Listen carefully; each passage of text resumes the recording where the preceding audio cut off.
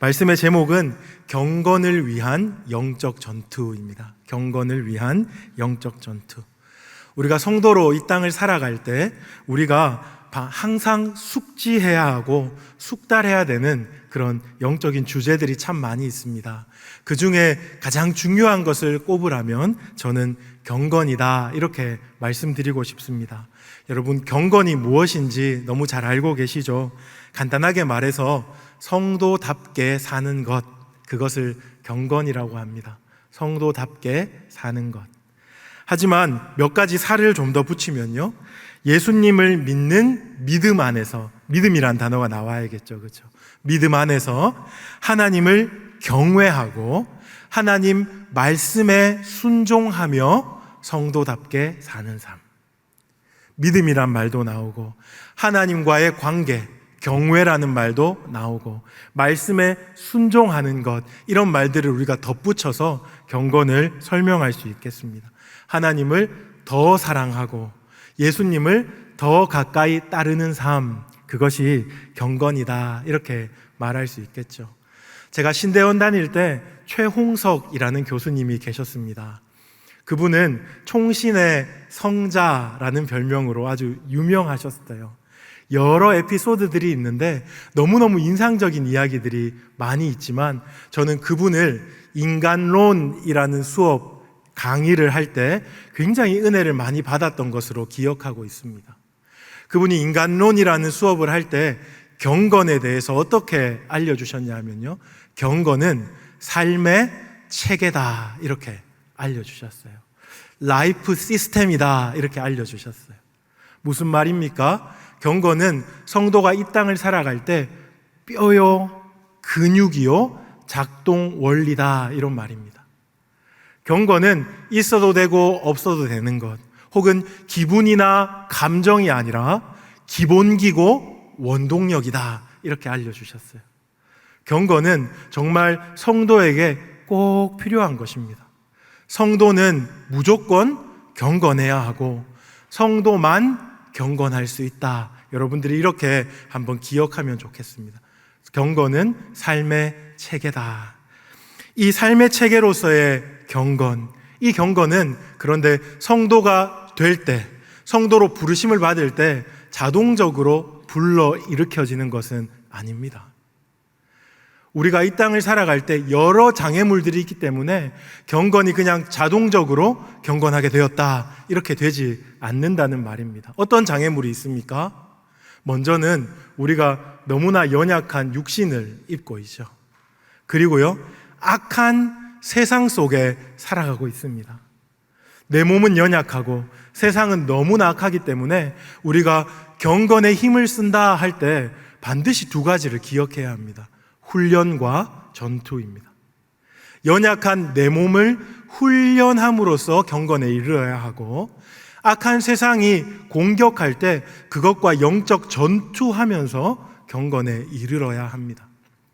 자동적으로 자연스럽게 얻어지는 것이 없다는 것을 좀 기억했으면 좋겠습니다. 먼저 훈련과 관련해서는 너무 유명한 말씀이 있습니다. 우리가 최근에 디모데전후서 강해를 들었는데요, 디모데전서 4장 7절과 8절입니다. 제가 한번 읽어드릴게요. 망령되고 허탄한 신화를 버리고 경건에 이르도록 내 자신을 연단하라.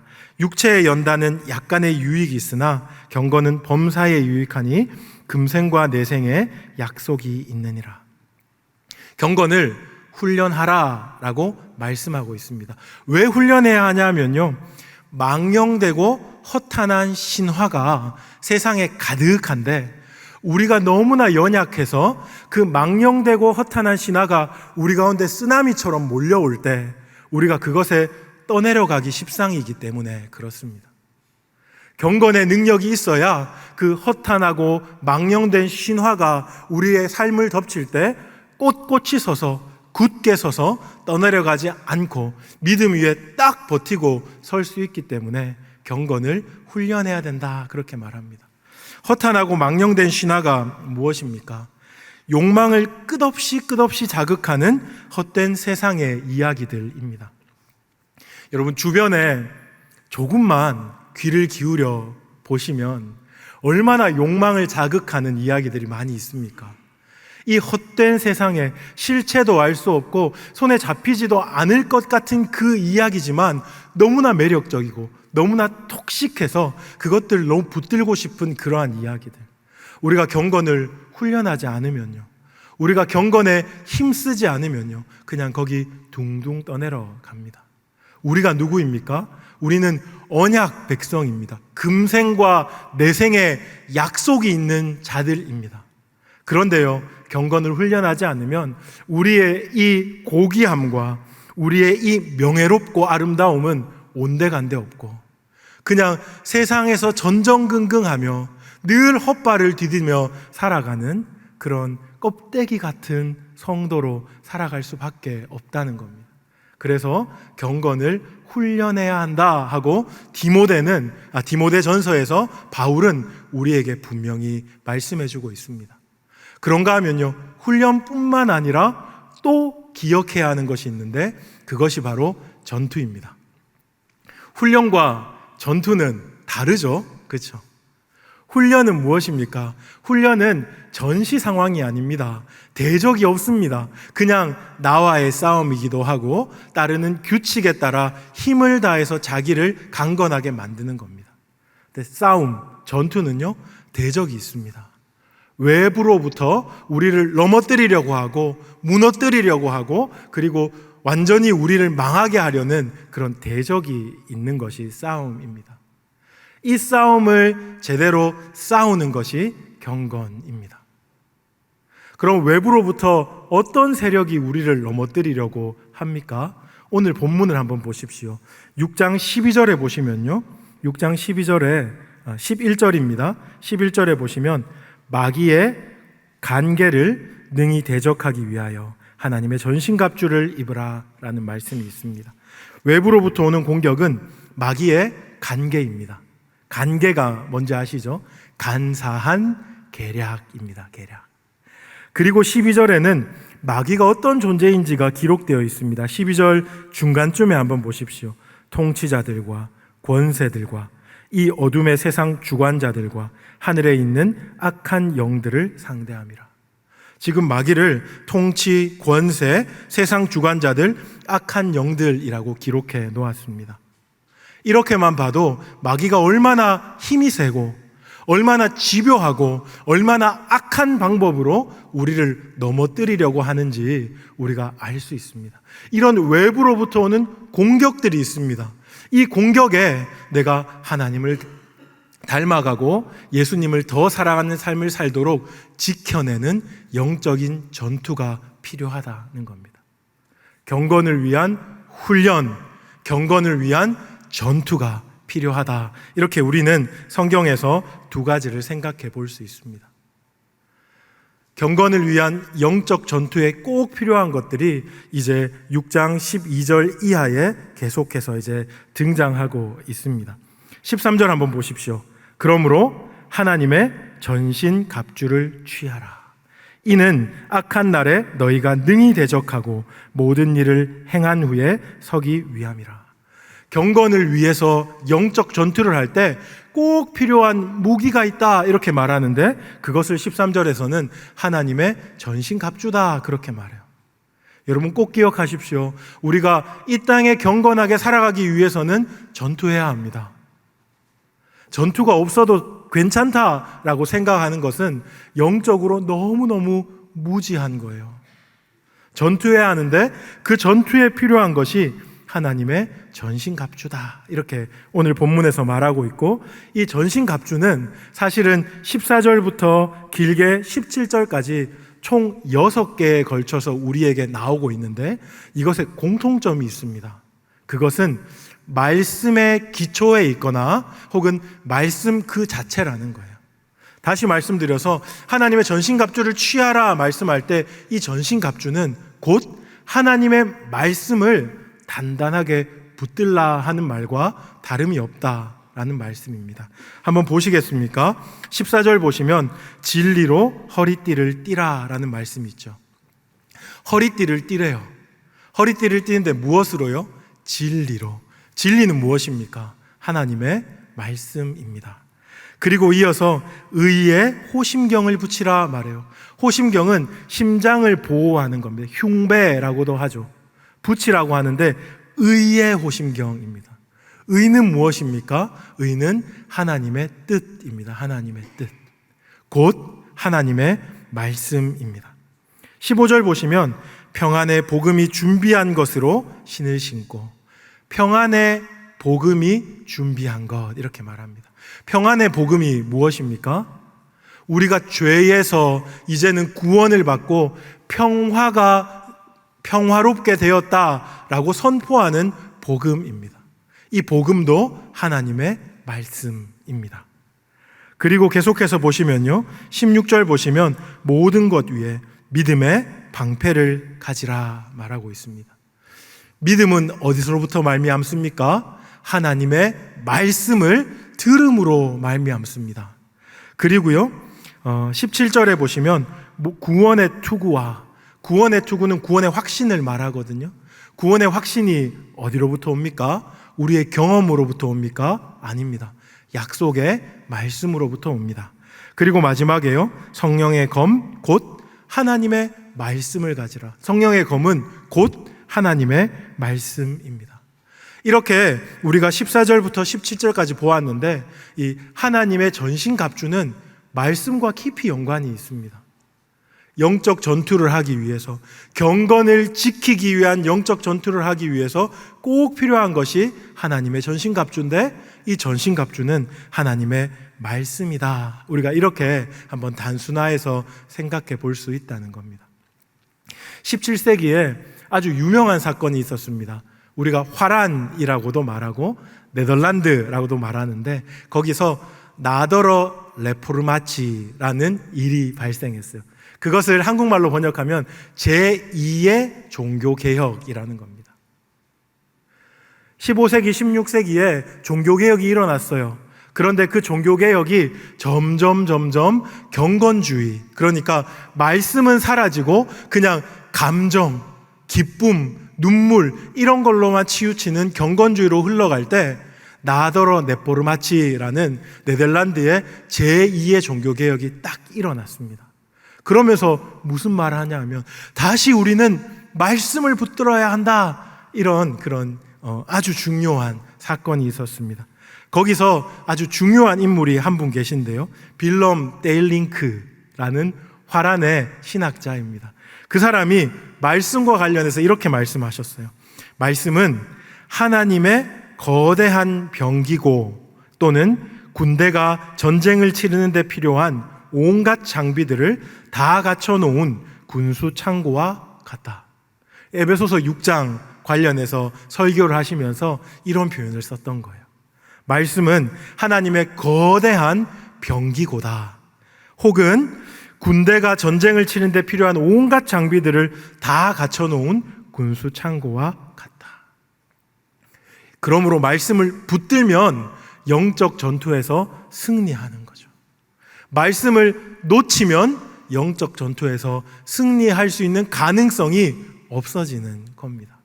영적 전투의 핵심은 하나님의 말씀을 붙드는 것이다. 우리가 오늘 이 에베소서 6장을 보면서 여러분 기억할 수 있기를 바랍니다. 사람들마다 영적 전투에 대한 해석이 다 달라요. 하지만 성경은 끝없이 말씀하고 있는데, 영적 전투에 필승 전략이 있다면 그것은 하나님의 말씀을 붙드는 것이다. 이렇게 말씀해 주고 있는 겁니다. 주변에 보십시오. 어떤 성도들은 영적 전투를 할 때 말씀을 붙들고 영적 전투를 하지 않고 마치 기도의 시간을 채워서 내공을 쌓으면 되는 것처럼 그렇게 영적 전투를 하려고 했습니다. 울리는 꽹과리와 같습니다. 하루에 2시간, 3시간씩 기도한다고 한들, 죄송합니다, 이 기도원 저 기도원 찾아다닌다고 한들 말씀이 중심에 없잖아요. 그러면 필패합니다. 믿으십시오. 경험을 통해서 얻은 정말 뼈아픈 교훈입니다. 말씀이 없이 영적인 것들 끝없이 추구하고 기도의 시간을 쌓아서 마치 내공을 쌓는 것처럼 그렇게 영적 전투를 하려고 하면 무조건 지는 싸움이 영적 전투입니다.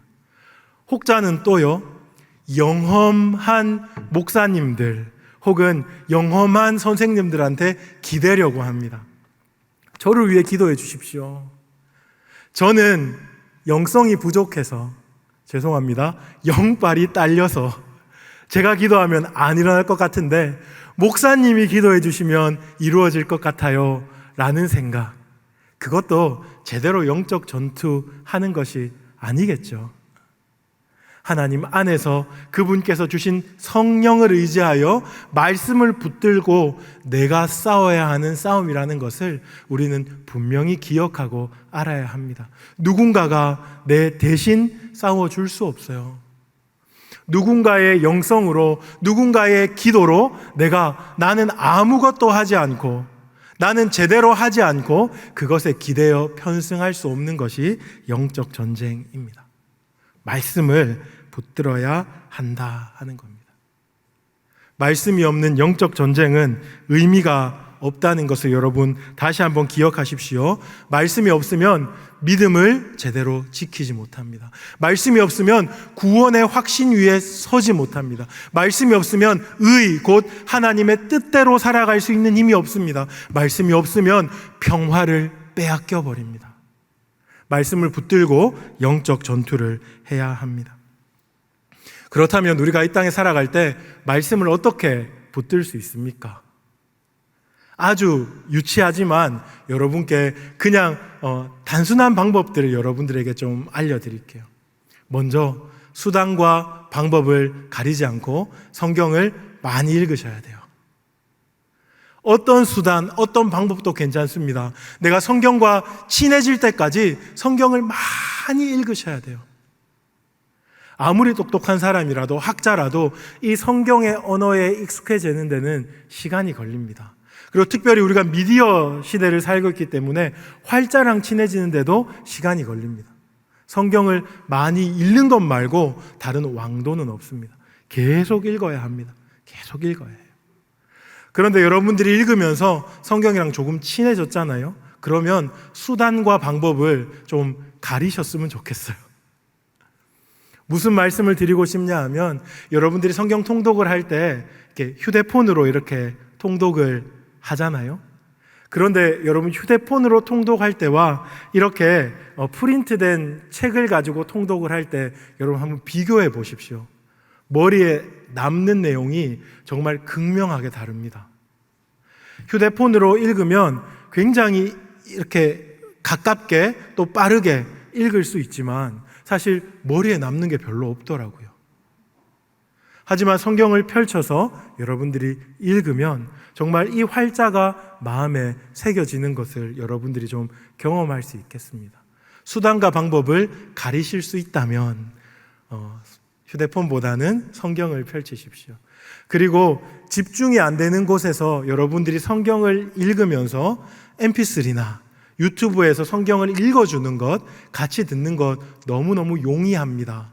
하지만 집중이 되는 곳에서는 이거 듣는 거 하지 말고 소리를 내어서 빠른 속도로 읽어보십시오. 그러면 성경 내용이 훨씬 많이 남습니다. 이렇게 성경을 친숙하게 대하고 성경을 깊이 있게 만나는 것 말고 우리가 말씀 붙들고 영적 전투에서 승리할 수 있는 방안이 없어요. 힘을 다해서 성경을 가까이 하시길 바랍니다. 그런가 하면요, 좋은 참고서와 안내 책들이 세상에 너무 많아요. 제가 대구에서 사역을 할 때 우리 교회 전체가 성경이 읽어지네, 여러분 이런 거 들어보셨어요? 성경이 읽어지네를 했던 교회예요. 그래서 저는 사실 반신반의하면서 전문 강사 과정을 이렇게 했어요. 근데 하고 나니까 어떤 일이 일어났냐면 성경이 읽어지네? 그렇게 되더라고요. 여러분들이 이런 참고서 그리고 여러분을 도와줄 수 있는 책들을 활용하면서 이것을 절대적으로 이것만 맞아, 이게 유일한 방법이야, 내가 지금까지 성경을 읽었던 건 다 거짓말이야, 그게 아니라 여러분을 도와주는 좋은 도구로 활용할 때 성경을 보는 눈들이 이렇게 넓어지는 것을 볼 수 있을 겁니다. 아주 유치하고 기본적인 내용입니다. 하지만 여러분들 중에 이 저녁에 그래, 내가 성경을 조금 더 가까이 해야지 결단할 수만 있다면 다시 한번 리바이벌 하는 것도 부족하지 않은 내용인 것 같아요. 여러분이 성경을 수시로 자주 읽으시되 이렇게 프린트된 성경책으로 많이 만나실 수 있기를 바라고, 이 성경책뿐만 아니라 다른 참고서, 도움을 줄 수 있는 좋은 책 들고 함께 누릴 수 있길 원합니다. 이렇게 말씀을 붙들고 영적 전투를 하라라고 우리에게 알려주고 있습니다. 그런가 하면요, 두 번째로 여러분 말씀을 계속해서 좀 보기를 원합니다. 18절 한번 보십시오. 18절에는 이제 기도에 대한 이야기가 나옵니다. 영적 전투에서 승리하기 위해서 우리가 기도해야 한다 하는 내용을 18절에 굉장히 강조해서 말하고 있는데요. 먼저 상반절입니다. 모든 기도와 간구를 하되 항상 성령 안에서 기도하고, 여기까지. 우리가 영적 전투, 경건을 지키기 위해서, 경건을 우리가 하나님 앞에서 더욱더 기르기 위해서 영적 전투를 할 때 기도가 빠질 수 없습니다. 오늘 본문에서 성령 안에서 기도하라, 그렇게 말씀하고 있습니다. 성령은 누구십니까? 삼위 하나님, 유일하신 하나님이 성령 하나님이십니다. 근데 성령님의 별명이 있어요. 지혜의 영, 계시의 영이라는 별명을 가지고 있어요. 성령 안에서 기도할 때 여러분들이 가장 먼저 만나는 유익이 무엇이겠습니까? 말씀을 깨닫게 되는 거죠. 우리가 영적 전투할 때 말씀이 꼭 필요한데, 말씀을 가지고 영적 전투를 해야 하는데, 이 영적 전투에서 기도가 더해지면 우리가 읽었던 말씀, 배웠던 말씀, 공부했던 말씀, 우리가 오랫동안 들었던 이 말씀이 이제 성령 안에서 살아 움직이며 작동하고 역사하게 되는 것을 경험하게 됩니다. 이 영성주의자들은 이것을 레마의 말씀이다, 이런 표현을 사용해요. 이 땅을 살아갈 때, 우리가 문제를 만났을 때, 위경을 만났을 때, 도움이 필요할 때 성령께서 우리가 지금까지 알고 있던 말씀을 깨닫게 해주심으로써 어플리케이션이 가능하게 되는 거죠. 적용하고 실천할 수 있는 그런 일들이 성령 안에서 기도할 때 우리가 가능하다, 이렇게 오늘 본문은 말해주고 있다고 우리가 해석해 볼 수도 있겠습니다. 기도가 너무너무 중요하겠죠. 기도는 참으로 하나님의 말씀을 나의 것으로 만드는, 하나님의 말씀을 나의 손과 발에 붙이는 작업이다, 이렇게 말해도 과언이 아니겠습니다. 여러분, 기도할 때 하나님 말씀이 깨달아지도록 하나님께서 우리의 지각을 열어주셔서 그 말씀이 우리 삶에 적용되고 흡수될 수 있도록 그렇게 좀 많이 기도하시면 좋겠습니다. 그런가 하면요, 18절 하반절에 보시면요, 이런 말씀이 있습니다. 이를 위하여 깨어 구하기를 항상 힘쓰며 여러 성도를 위하여 구하라. 한글 말씀으로 보면요, 이를 위하여 깨어 구하기를 항상 힘쓰며 라는 말이 앞문장에 이렇게 붙는 것 같아요. 그러니까 성령 안에서 기도하고 이를 위하여 깨어 구하기를 항상 힘쓰라, 여기까지가 하나의 명령이고, 그리고 여러 성도를 위하여 구하라 라는 것이 또 다른 명령인 것처럼 보여요. 그런데 성경 번역본마다 좀 달라요. 우리가 영어로 볼 때 NIV 성경 많이 보잖아요.